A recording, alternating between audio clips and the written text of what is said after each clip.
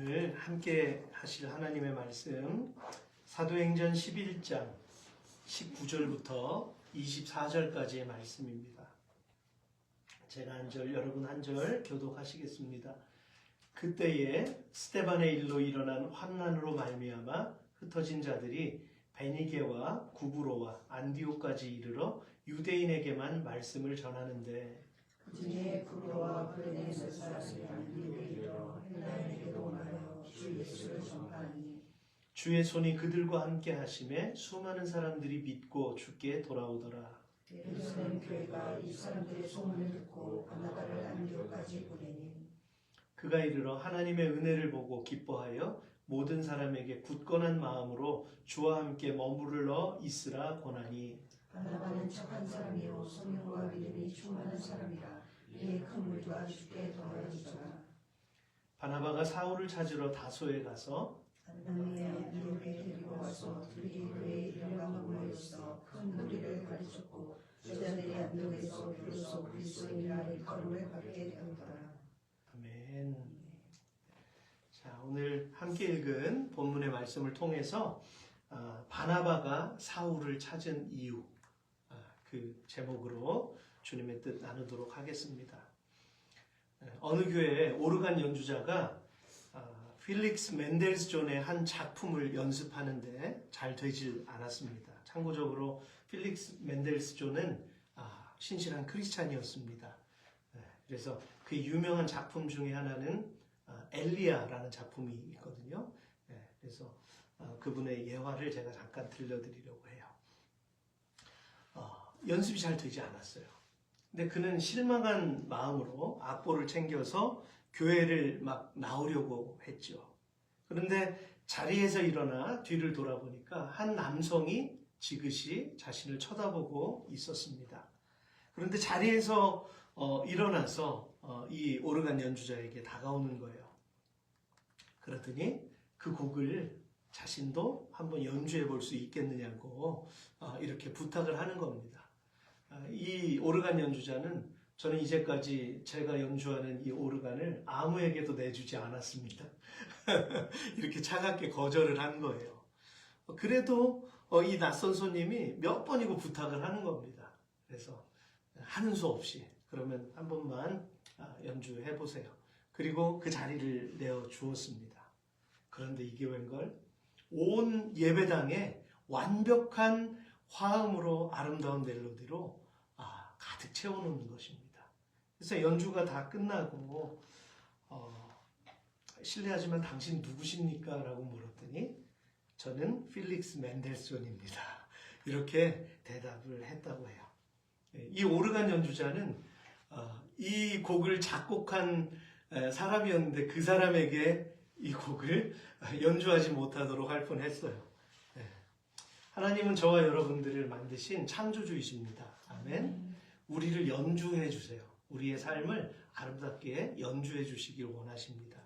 그런데 우리가 혹시 거부하고 있지 않은지, 저와 여러분들이 주님의 뜻을 외면하고 있지 않은지 한번 돌아보아야겠습니다. 그리스도인이 살아가는 방식은 세상과 달라야 합니다. 사람들이 농담처럼 하는 이야기를 들어보면 세상이 마치 자기를 중심으로 돌아가는 것처럼 그렇게 이해하고 생각을 하는 사람들이 너무나 많다는 것이죠. 그래서 모든 생각들이 자신을 중심으로 해석이 되어지기 때문에 자기 마음에 못마땅하면 상대방은 어떤 사람이요? 나쁜 사람이 되는 거예요. 모든 게 자기 중심이기 때문에 자신의 뜻과 맞지 않으면 나쁜 사람으로 낙인을 찍습니다. 그런데 만약 직장이나 사회 안에서 이런 사람들이 권력을 잡거나 리더의 자리에 서 있다고 한번 생각해 보세요.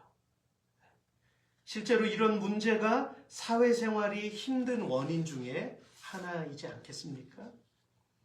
그래서 우리 그리스도인들이 이런 힘겨운 세상을 이겨나가기 위해서 참고 견디다 보니까 어떤 사람은 공황장애와 같은 정신적인 질병을 얻기도 하는 거고요. 우리 그리스도인들 역시 이런 상황에서 절대로 예외는 아니다라는 것입니다. 그렇기 때문에 저와 여러분들은 삶의 영역 가운데에서 내가 늘 주님과 함께 동행하고 있음을 잊지 마셔야 되고요. 누군가에게는 내가 위로자가 될 수 있는, 일으켜 세워줄 수 있는 그러한 사람이 될 수 있기를 축복합니다. 지난주 예배에 참석했던 청년이 저와 여러분에게 힘을 주는 메시지를 하나 저에게 카톡으로 남겼습니다. 오늘 너무 아름다운 예배에 동참할 수 있음에 감사합니다. 정말 너무 아름다운 교회예요. 이렇게 써줬어요. 그래서 진짜야? 제가 그렇게 이제 답글을 올렸거든요. 우리는 잘 몰라요. 우리의 예배 분위기가 어떤지. 여기에서 찬송하고 예배하는 느낌이 어떤 것인지 우리는 익숙하기 때문에 모르지만 외부에서 이렇게 오면 그분들이 느껴지거든요. 다른 교회에서 예배했을 때와 여기에서 예배했을 때 그러한 것들이 느껴지는데, 그래서 저는 감사하다고, 하나님 은혜다라고 제가 답글을 올렸습니다. 감사했습니다. 영적 공동체 분위기는 사람들의 노력이나 인위적으로 만들 수 있는 것이 아닙니다. 여러분은 초대교회 인물 중에서 가장 먼저 떠오르는 사람이 혹시 있습니까? 누가 있을까요? 스데반? 네. 어떤 분은 바울? 네. 어떤 분은 베드로? 사도행전에 익히 아는 유명한 사람들이죠. 그런데 오늘 저는 사람들 앞에서 자주 드러나지는 않았지만 그 사람과 사람 사이에서 관계를 아름답게 이어주었던 연합의 중심에 서 있던 한 사람, 바로 바나바라는 인물에 초점을 맞추려고 합니다. 사도행전 4장 36절에서는 그를 이렇게 소개하고 있는데요. 구브로에서 난 레위족 사람이 있으니 이름은 요셉이라. 사도들이 일컬어 바나바라. 번역하면 위로의 아들이라 하니 그가 밭이 있음에 팔아 그 값을 가지고 사도들의 발 앞에 두니라. 아멘. 그는 참으로 이름에 걸맞는 삶을 살았던 한 사람이었습니다. 방금 읽었던 그의 행동을 보고 드리는 말씀이 아니고요. 그 이후에 그가 살아내었던 전체적인 삶의 족적을 저는 말씀드리는 것입니다. 그리고 우리는 스데반의 박해로 인하여서 흩어진 그리스도인들이 바나바가 태어나 살아왔던 구브로와 베니게 그리고 안디옥까지 이르렀다는 기록을 볼 수 있는데요. 놀랍게도 예수님께서는 마태복음 11장 21절에서 이런 말씀을 하신 적이 있어요. 고라시나 벳세다야, 너희에게 불행이 닥칠 것이다. 너희에게 행한 기적들을 두로와 시돈에서 행하였더라면 그들은 벌써 굵은 삼배 옷을 입고 죄를 뒤집어 쓰고 회개했을 것이다. 예수님께서는 아무리 복음의 진리를 외쳤어도 회개하지 않았던 유대 지역들보다 차라리 이방 도시들이 더 빨리 회개할 것이라는 말씀을 이미 앞서서 전해 주셨는데요. 예수님께서 말씀하신 두로와 시돈은 우리가 앞서서 읽었던 베니게 지역 안에 있었던 도시들이었어요. 그러니까 예수님께서 하신 말씀이 참 놀랍지 않습니까? 이렇게 초대교회에 일어난 핍박으로 말미암아 복음은 더욱더 신속하게 전해졌다라고 하는 사실이죠. 이렇게 성령의 역사는 말씀대로 이루어졌습니다. 하나님께서는 신실한 믿음의 사람이었던 바나바를 움직이셔서 선교의 플랫폼을 미리 만들게 하셨어요. 우리가 사도 바울 하면 선교회, 이방인 선교회 선구자 그러잖아요. 근데 그보다 앞서서 이 바울이 활발하게 일할 수 있게끔 그 토대를 만들어준 사람이 바로 바나바다라고 하는 말씀입니다. 본문 19절을 자세히 보시면 흩어진 자들에 의해서 복음이 전해졌지만 당시에는 유대인들에게 한정되어졌다라고 하는 사실이에요. 하지만 그런 와중에도 구브로와 구레네 몇 사람이 안디옥에 도착해서는 헬라인들에게도 복음을 전하기 시작했는데요. 이때 예상하지 못했던 부흥이 일어나기 시작합니다. 주의 손이 그들과 함께 하심에 수많은 사람들이 믿고 주께 돌아오더라. 아멘. 그리고 이 소식을 전해 들은 예루살렘 교회는 안디옥에 사역자를 보내게 되는데요. 그가 바로 바나바입니다. 그는 어떤 사람이었나요? 바나바는 착한 사람이요, 성령과 믿음이 충만한 사람이라. 즉 성경은 명확하게 두 가지를 오늘 꼭 집어서 말씀하셨는데요. 한 가지는 당시 어려운 사람들이 많았던 예루살렘 교회를 위해서 자기의 가진 소유를 전부 팔아서 헌신했을 만큼 한 영혼 한 영혼을 위한 그 긍휼이 풍성한 사람이었다는 거예요.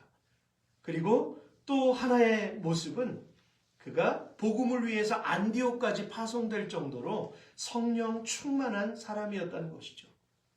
수평적으로는 사람들과의 관계에서, 수직적으로는 하나님과의 관계에서 그는 정말 흠이 없다라고 할 만큼 정말 그렇게 온전한 사람이었습니다. 완전과 온전은 다릅니다. 온전하다는 것은 하나님이 보시기에 아름답다, 충직하다, 그런 의미로 우리가 받아들일 수 있어요. 그래서 그는 사람들이나 하나님께 온전한 인물이었습니다. 바로 그런 바나바가 안디옥에 이르러서는 직접 목격한 은혜를 보고 기뻐하면서 사람들에게 굳건한 마음으로 주와 함께 머물러 있으라 라고 담대하게 선포합니다. 복음주의 신학자인 존 스토트는 이 바나바의 사역을 통해서 안디옥 교회가 이방 선교의 전초기지로 성정했다고 보았고요. 그에 대해서 이렇게 설명하였습니다. 바나바는 하나님의 은혜를 보고 기뻐할 줄 아는 사람이며 다른 사람의 은사를 알아보고 세우는 겸손한 리더였다. 여러분도 그렇게 되시길 축복합니다. 네. 남이 잘 되는 거 보면 배 아파하는 사람이 대반이잖아요. 심지어 크리스찬들도 마찬가지예요. 근데 진정한 하나님의 제자는 다른 사람의 성장을 보고 기뻐할 줄 알고 오히려 내 삶을 그의 성장을 위해서 돕는 자의 자리에 서야 되는 것입니다. 아멘이시죠? 네. 우리가 무엇을 보고 그것을 알 수 있습니까? 사도행전 9장에는요. 사울이 다메섹에서 예수님을 만난 뒤로 멈추지 않고 각 회당에서 예수가 하나님의 아들이심을 전파하기 시작했는데요. 그리스도를 핍박하던 사람이 하룻밤 자고 일어나더니 완전히 다른 사람이 된 거예요. 오히려 예수를 그리스도라 증거하고 있는 이 모습을 보면서 사람들이 반신반의했습니다. 그리고 그를 보자마자 슬슬 피하고요. 그가 예루살렘의 사도들을 만나러 갔어요. 그런데 사도들도 그를 믿지 못했습니다. 그러니까 여러분, 정말 나는 예수 그리스도를 전하고 싶은데 주변 상황은 나를 멀리하고 있는 이러한 상황이 얼마나 혼란스러웠겠습니까? 이런 상태에서 만약에 사울이 사역을 계속한다면 유대인들에게나 그리스도인들 모두에게 배척당할 것은 뻔한 일이었고요. 심지어는 가까이 가고자 했던 사도들에게까지 그가 차갑게 외면을 당할 수밖에 없었을 것입니다. 바로 그때 이 모습을 지켜보던 사람, 바로 바나바가 있었어요.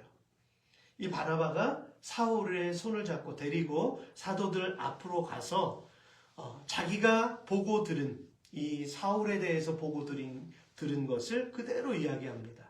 다메섹에서 사울아 사울아 내가 왜 나를 박해하느냐, 이 말씀을 듣고 하나님 앞에 고꾸라져서 회심을 하고 그의 눈에 비늘 같은 것들이 막 이제 생겨나고 그가 눈을 보지 못하게 되고 또 세례를 받고 하나님께서 그 눈에 비늘을 벗겨주신 이러한 놀라운 일들을 그대로 고스란히 자기가 개런티해서 그대로 전해 주었습니다. 여러분, 다른 사람을 위해서 이렇게 수고한다는 것이 쉽지 않습니다. 내게 어떤 이익이 없는데 그 사람을 위해서 시간을 할애한다는 것은 정말 성숙한 사람이 아니고서는 할 수 없는 그런 일이죠.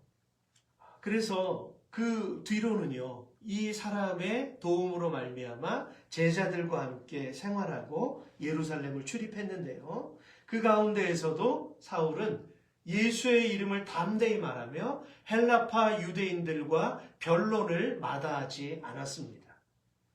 근데 또다시 그들에게 살해 위협을 받게 되었죠. 참 순탄하지 않죠. 여러분, 우리가 나도 사도 바울과 같은 사람이 되고 싶다라고 하는데 멋진 모습만 보면 그렇잖아요. 그런데 그가 감당해야 됐던 그 이면에 보이지 않는 그 고난의 길, 그것을 우리는 늘 생각해야 합니다. 그러나 성령께서 힘을 주셨기 때문에 그 일들을 감당할 수 있었던 거예요. 여러분, 두려워하지 마세요. 주님의 제자가 되는 것 두려워하지 마시길 바랍니다. 오히려 내가 어렵게 생각했던 것들보다 수백 배, 수천 배의 그 빛난 열매를 하나님께서 우리에게 주시기 때문입니다. 요한복음 15장 4절과 8절에서 내 안에 거하라, 나도 너희 안에 거하리라. 가지가 포도나무에 붙어있지 아니하면 스스로 열매를 맺을 수 없음 같이 너희도 내 안에 있지 아니하면 그러하리라. 너희가 열매를 많이 맺으면 내 아버지께서 영광을 받으실 것이요 너희는 내 제자가 되리라. 아멘. 결국 예수님의 말씀은 내가 포도나무인데 너희는 나에게 붙어 있어라 라는 거예요. 그래서 나로부터 능력을 공급받아라. 그래서 열매를 풍성하게 맺으면 결국 너희가 내 제자가 될 것이다. 3년 동안의 제자들을 보세요. 얼마나 참 한심하기도 하고 때로는 형편없는 모습을 보이기도 했지 않습니까? 사탄아, 내 뒤로 가라, 물러가라, 이렇게 꾸짖기도 했고요. 주님보다 앞서 나가려고 했던 제자들, 아니 주님을 실망시키고 때로는 자기 스스로 목을 맨 그러한 제자도 있었어요. 그러니까 주님이 보실 때 얼마나 파란만장한 그러한 제자들의 모습이었습니까? 그런데 열심히 가르쳐 주셨고 더디더라도 나중에 성령이 결정적으로 그들에게 임했을 때 이제까지 훈련받았던 것들이 폭발적으로 빛을 발하기 시작했던 것이죠. 여러분, 저와 여러분들 모두에게 이것이 가능한 줄로 믿습니다. 바로 여러분을 그리스도의 제자가 되게 하는 것, 이것이 제게 맡겨진 직무이기 때문에 앞으로 저와 더불어 겨자씨만한 나무가 점점 자라서 새들이 깃들이듯이 저와 여러분들이 그렇게 성숙한 하나님의 교회가 될 수 있기를 축복합니다. 다소로 갔던 사울에게는 세월이 얼마나 흘렀을까요? 어느 봄날 안디옥에서 손님이 찾아왔습니다. 약 226km나 되는 먼 거리를 마다하지 않고 찾아온 사람. 누굽니까? 바나바였어요. 근데 여러분, 이 사울이 다소로 이제 그 아까 예루살렘에서 살해 위협을 받고 다소로 갔잖아요. 다소로 가서 약 7년에서 9년을 은둔 생활을 했어요. 그러니까 아무도 알아주지 않았어요, 이 사울을. 그리고 사울이 그 시간을 어떻게 보냈을까? 분명히 거듭났잖아요. 그리고 확실히 주님의 음성을 들었고 선지자로부터 조언도 들었던 사람이에요. 근데 길이 열리지 않는 겁니다. 왜 그럴까? 계속 기도했을 거예요. 근데 그 물꼬를 튼 게 누굽니까 지금? 바나바잖아요. 그죠? 7년에서 9년. 아, 내 인생은 여기에서 끝인가? 라고 생각할 수도 있었어요. 그러나 바울 선생, 언제까지 여기서 지낼 작정입니까? 지금 안디옥에는 성령께서 역사하셔서 시간이 지날수록 거듭나는 사람들이 많아지고 있어요. 이제 저 혼자서는 도저히 감당할 수 없는 지경에 이르렀답니다. 이러한 때에 하나님께서 당신을 생각나게 하신 것은 그분의 뜻이라고 생각이 됩니다. 제가 지금 이게 성경에 나오는 성구는 아닙니다. 근데 제가 한번 생각해 보면서 그가 바울에게 어떻게 이야기했을까, 그 여러분들에게 말씀드린 거예요. 바나바가 사울을 찾으러 다소에 가서 만남에 안디옥에 데리고 와서 둘이 교회에 1년간 모여 있어 큰 무리를 가르쳤고 제자들이 안디옥에서 비로소 그리스도인이라 일컬음을 받게 되었더라. 아멘.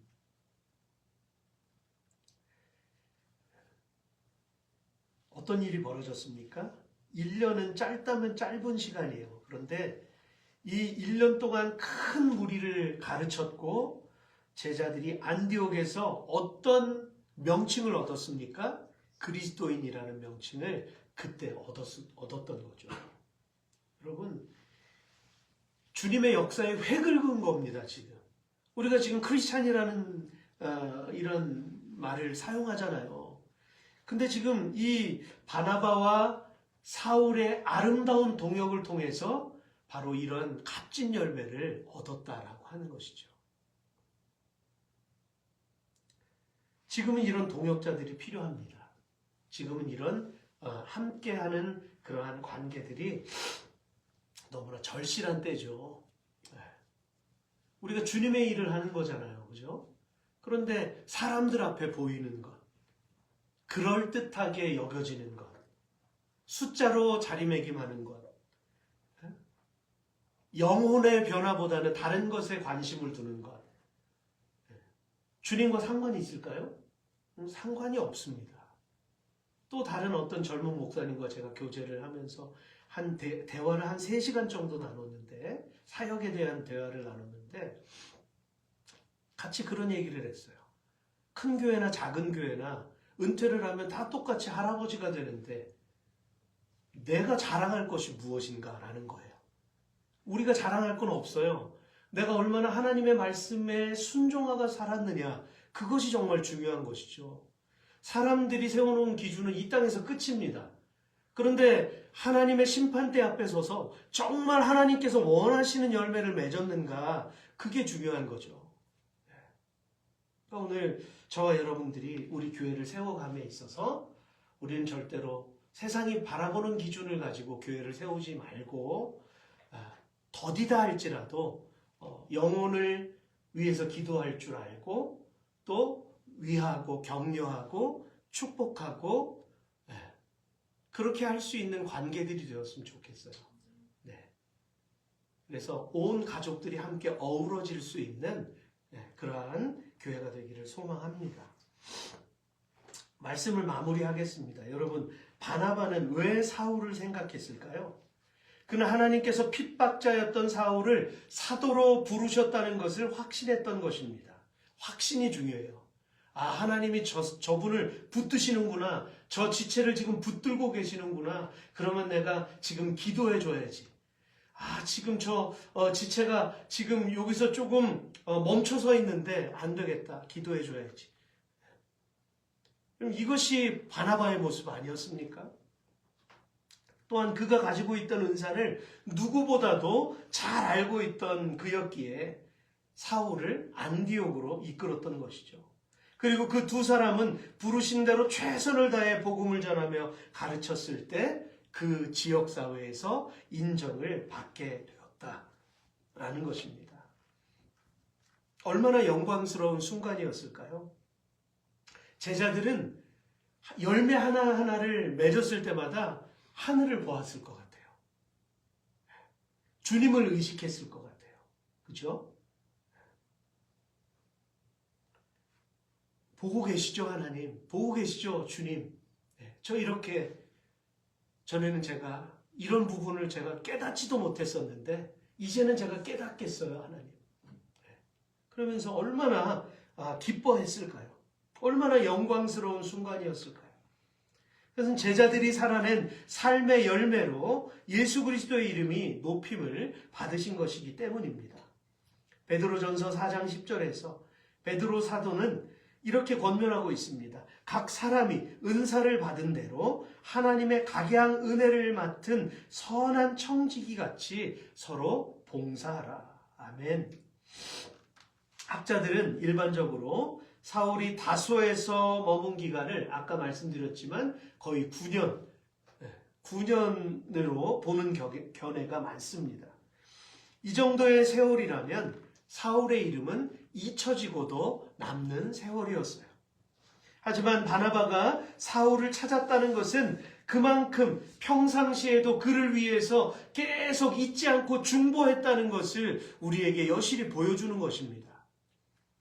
훗날 사도 바울은 고린도전서 3장 6절에서 7절 말씀을 통해 이렇게 고백합니다. 나는 심었고 아볼로는 물을 주었으되 오직 하나님께서 자라나게 하셨나니 그런즉 심는 이나 물 주는 이는 아무것도 아니로되 오직 자라게 하시는 이는 하나님뿐이니라. 아멘. 그가 어떻게 이런 고백을 할 수 있었을까요? 바울이 살아왔던 삶의 흔적 속에는 바나바의 교훈이 있었기 때문이 아닐까요? 그죠? 저도 아직까지 제 기억에 남는 명설교가 몇 편이 있어요. 35년 전에 신학대학 졸업식 날 나에게 주셨던 하나님의 말씀, 그 말씀을 아직까지 새겨놓고 있고요. 제가 목사 안수를 받으면서 주셨던 그 말씀을 아직까지 기억하고 제 마음에 간직하고 있습니다. 그것은 곧 무엇입니까? 내가 끝까지 달려갈 때마다 나를 하나님 앞에서 무너지게 하려는 그러한 시험이 있을 때마다 나를 견디게 하시는 말씀이라는 거죠. 바울도 이 바나바의 얼굴을 이렇게 맞대고 감사합니다 그랬을까요? 아마 그렇게 하지는 않았을 것 같아요. 그러나 그는 그 바나바로부터 받았던 그 사랑을 깊이 간직하고 있었을 것입니다. 그렇기 때문에 그것이 삶의 교훈이 되어서 그가 어디를 가든지 자신도 그렇게 행했을 거예요. 꼭 말씀 한 구절 한 구절만을 통해서 이렇게 사람이 변화되는 것이 아니라 말씀을 힘입은 어떤 지체의 삶을 통해서 내가 변화될 수 있는 것이죠. 모쪼록 오늘 이 말씀을 통해서 주 안에서 서로를 세워가며 세워져 가시는 주님의 제자들 될 수 있기를 주의 이름으로 축복합니다. 아멘.